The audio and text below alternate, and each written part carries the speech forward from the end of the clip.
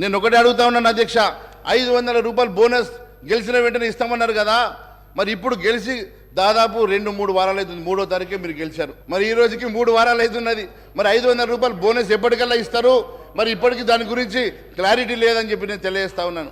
మరి ఆ 15,000 రూపాయలు కూడా కరెక్ట్ చెప్పామన్నా, అదే 15,000 సంగతి కూడా 15,000 రూపాయలు ఇస్తామని చెప్పి కేవలం 10,000 ఇచ్చారు, మిగిలిన 10,000 రూపాయలు, మిగిలిన 5,000 రూపాయలు.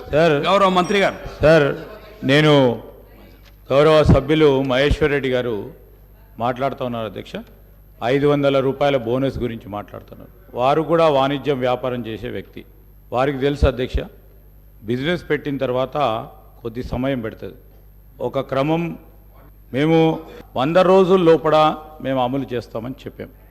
కానీ మేము అడుగుతూ ఉన్నాం అధ్యక్ష, ప్రతి వ్యక్తికి ఈ భారతదేశంలో ఉన్న ప్రతి వ్యక్తి అకౌంట్లో 15 లక్షల రూపాయలు వేస్తామన్న ఈ బీజేపీ పార్టీ ప్రభుత్వం కనీసం ఒక్క పైసన్న వేసిందా?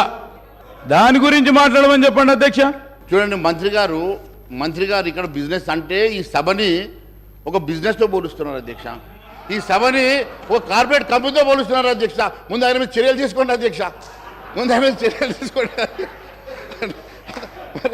మరి ఇలాంటి వాళ్ళు సార్, ఇలాంటి వాళ్ళు మంత్రి గారిని ఏంటంటే సార్, నిండు సభలో బిజినెస్ తోటి పోల్చి మీరు అపహాస్యం చేస్తూ ఉన్నారు ఈ సభని.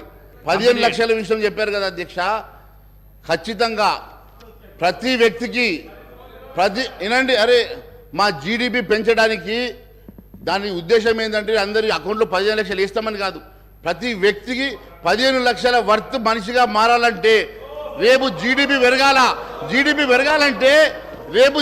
పెరగాలంటే దానికి కావాల్సినటువంటి నల్లధనం బయటకు రావాలని చెప్పి ఆ రోజు 1000 రూపాయల నోట్లను 2,000 రూపాయల నోట్లను పూర్తిగా రద్దు చేసి నల్లధనాన్ని బయటకు తీసుకొచ్చి ఈరోజు యావత్ ప్రపంచంలోనే ఐదో రిచెస్ట్ కంట్రీగా, బలమైనటువంటి ఎకనామికల్ కంట్రీగా మేము ఎదిగినామంటే అది కేవలం నరేంద్ర మోడీ గారి ద్వారానే జరిగిందని చెప్పి నేను తెలియజేస్తా ఉన్నాను అధ్యక్ష.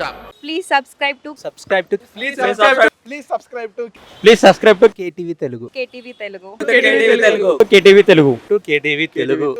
Telugu channel.